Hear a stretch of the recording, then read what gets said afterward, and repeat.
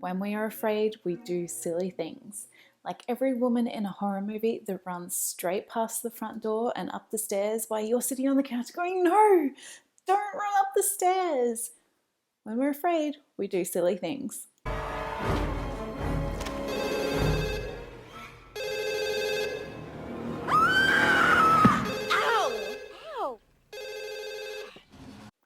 Currently, we're in a time where a lot of people are afraid, and I have seen a massive spike in the amount of silly comments left on people's advertisements or posts. I am the admin of lots of Facebook pages for businesses from swimwear, mechanics, lawyers, finance, adult education, and I'm just seeing this massive rise in comments from people that are very fear-based and some of them really quite unnecessary. So here are my 3 tips while dealing with people's fear-based comments on your advertisements or posts on social media. Tip number 1, you need to do an emotional check on yourself. If someone has commented on your post and you have taken offense to it or you feel really strongly about it, then you definitely need a second set of eyes to help you deal with it. If you feel quite neutral about it, then you can feel free to proceed to tip number 2 and 3. But if you have a strong emotional reaction, then you definitely need some help with tips number 2 and 3, because this is customer service. You need to take emotion out of it, and it's really important that you do so. Tip number 2. This is where you decide whether you're going to delete the comment or respond to it. So on a scale of 0 to that's not too bad to 10, that was exceptionally rude, you need to rate it. And the best way to rate it is to imagine that they came into your office and said that to your face. There is no difference, in my opinion, as a digital marketer, between someone saying that online and someone saying it in real life. Rudeness is rudeness is rudeness, and you do not need to tolerate it.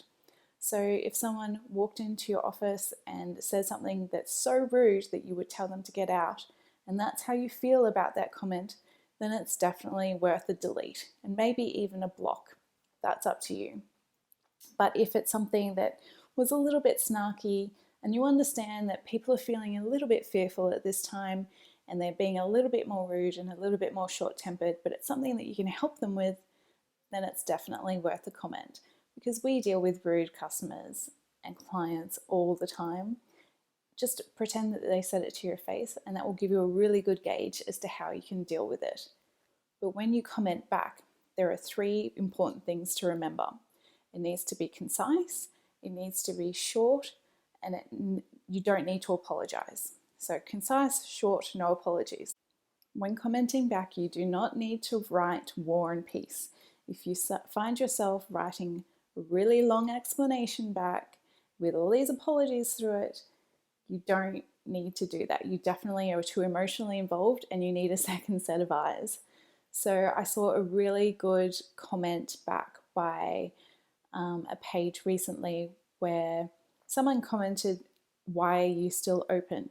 And the comment back from the business was short, concise, and no apologies. She said that we're following the government's directions, we're practicing safe hygiene and taking extra precautions, and we're doing everything correctly. And that's all she said, and that was it. It was short, concise, she didn't apologize. It was fantastic. It was very neutral and to the point. So it's very important to keep it short.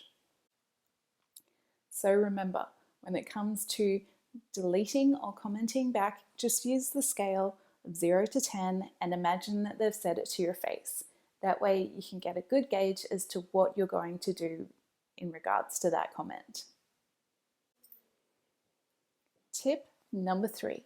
This is a really tough time, so don't take anything personally. Stay calm and neutral, and if you've commented back clearly and concisely and they're still looking for a fight, you can again delete the comment thread, or you can write back, "Please call or email this number and we're more than happy to discuss it with you further." Do not, whatever you do, get into a slinging match with someone online. When people are afraid, we don't think logically. So do not allow them backwards and forwards with you online. Open up the communication channels and say, please contact us, or if it's getting too much, just delete the thread and don't worry about it. Stay calm and don't take anything personally. My name is Casey Pine. I'm a digital marketing strategist, and I hope that this has helped you on your marketing journey.